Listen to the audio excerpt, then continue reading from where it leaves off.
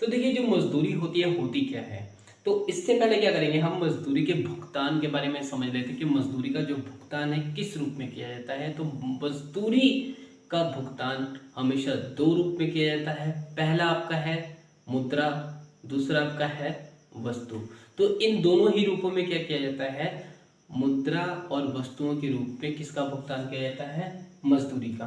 अब देखिए, मजदूरी मिलती किसको है, मजदूरी किसको मिलती है, मजदूर को मिलती है। जो श्रमिक होता है, जब वो अपनी शारीरिक किसी प्रकार की गतिविधि करता है जिसके कारण क्या होता है, किसी सेवा का वितरण किया जाता है और यदि किसी वस्तु का उत्पादन किया जाता है, या जिससे क्या है हमें संतुष्टि मिलती है हमारे द्वारा। जब कोई मजदूर निर्धारित किया जाता है किसी काम को करने के लिए, और वो जो हमें आउटपुट देता है उससे जो हमें संतुष्टि मिलती है, उसके बदले में जो हम भुगतान करते हैं, उस भुगतान को क्या कहा जाता है, मजदूरी कहा जाता है। तो आइए पढ़ते हैं हम मजदूरी का अर्थ। जिन्होंने मजदूरी नहीं देखा वो लिंक डिस्क्रिप्शन में जाके देख सकते हैं।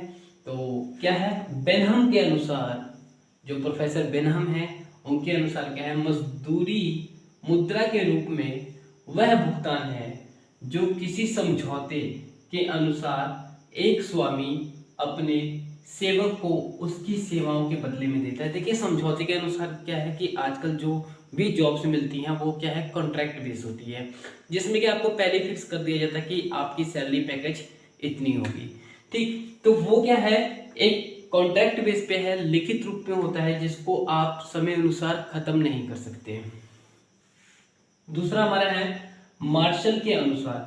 प्रोफेसर मार्शल हैं, उन्होंने भी क्या अपने तर्क दिया मजदूरी के लिए कि काम की सेवा के लिए, काम की सेवा के लिए दिया गया मूल्य मजदूरी है। जब आप किसी से कोई काम करवाते हैं या कोई सेवा लेते हैं, उसके बदले में जो आप मूल्य देते हैं वो क्या होती है, मजदूरी होती है।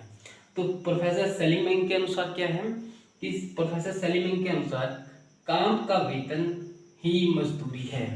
देखिए, बहुत ही सिंपल सी भाषा में इन्होंने कहा है, काम का वेतन ही मजदूरी है। देखिए, कहने का मतलब है कि जब आप किसी से कोई काम लेते हैं, घंटे के रूप में, दिन के रूप में, सप्ताह के रूप में, महीने के रूप में या वर्ष के रूप में, जब भी किसी से कोई काम करवाते हैं, उसके बदले में जो आप उसका भुगतान करते हैं, तो वो क्या होती है, मजदूरी होती है। मजदूरी का भुगतान मत भूलिएगा कि हमेशा दो चीज़ों में की जाती है, दो रूप में मजदूरी का भुगतान किया जाता है। पहला क्या है, वस्तुएं, और दूसरा क्या है, आपका मुद्रा। मुद्रा के मात्रा में या वस्तुओं की मात्रा में क्या करते हैं आप, मजदूरी का भुगतान दोनों ही रूप में कर सकते हैं। बात कर रहे हैं मजदूरी के प्रकार के बारे में, पर उससे पहले ये बहुत जरूरी जान लेना है आप लोगों के लिए कि मजदूरी क्या होती है, मजदूरी का अर्थ क्या है और मजदूर किसे कहते हैं। तो जिनको मजदूरी का अर्थ नहीं पता वो क्या कर सकते हैं, लिंक आपको मिल जाएगा डिस्क्रिप्शन में, आप पहले उस वीडियो को देख लीजिए, फिर आपको ये बहुत ही आसानी से समझ आ जाएगा।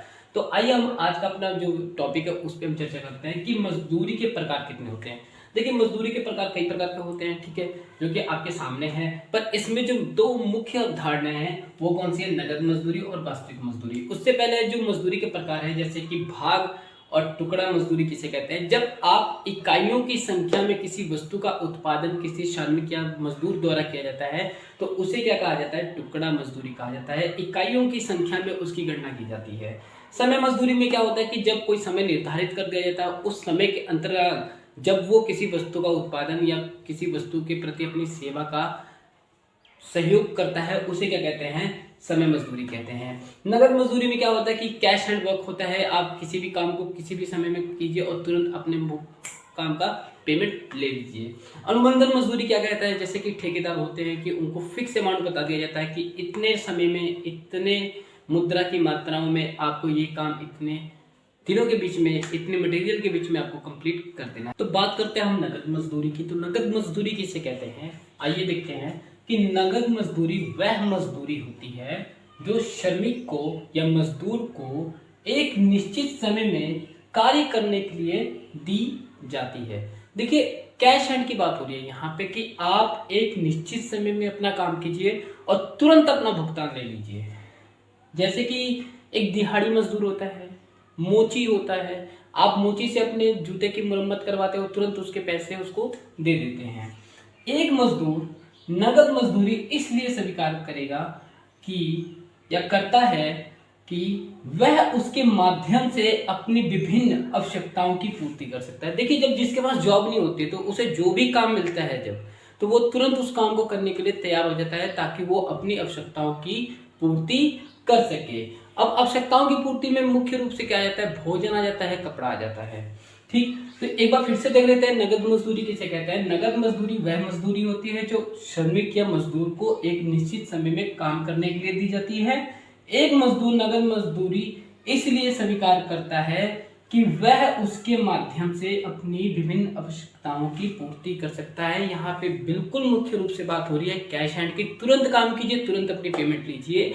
यहाँ पर क्या है कि काम करने की जो क्षमता होती है वो भी कम होती है और जो भुगतान करने की क्षमता होती है वो भी कम होती है।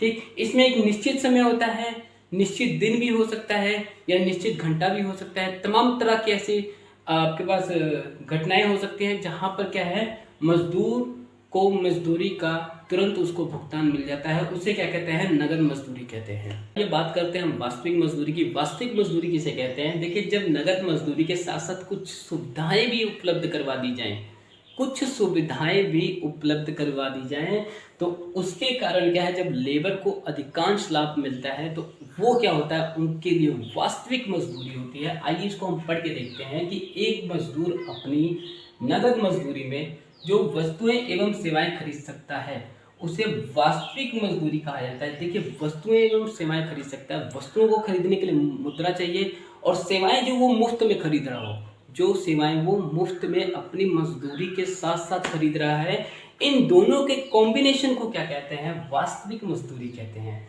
ठीक है, इसमें नगद मजदूरी के साथ साथ कई अन्य प्रकार की सुविधाएं भी शामिल होती हैं जो मजदूर को मिलते हैं। अब मजदूर को कौन सी सुविधाएं मिलती हैं? मुफ्त मकान मिलता है रहने के लिए, उनकी बचत बढ़ जाती है, चिकित्सा मिलता है, अगर वो बीमार होते हैं उन्हें मेडिसिन मिल जाती हैं, शिक्षा, उनके बच्चों के लिए शिक्षा उपलब्ध करवा दी जाती है, या किसी मजदूर को शिक्षा देकर उसको और भी हुनरमंद बना दिया जाता है। भोजन, जब उन्हें खाने के लिए भोजन मुफ्त में प्रोवाइड कर दी जाती है तो उनकी देखिए बचत बढ़ जाती है।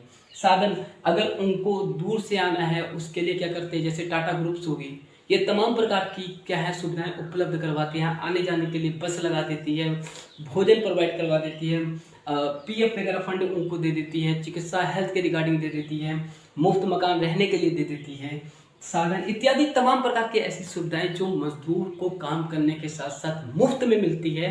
इन दोनों को कॉम्बिनेशन को क्या कहते हैं, वास्तविक मजदूरी कहते हैं।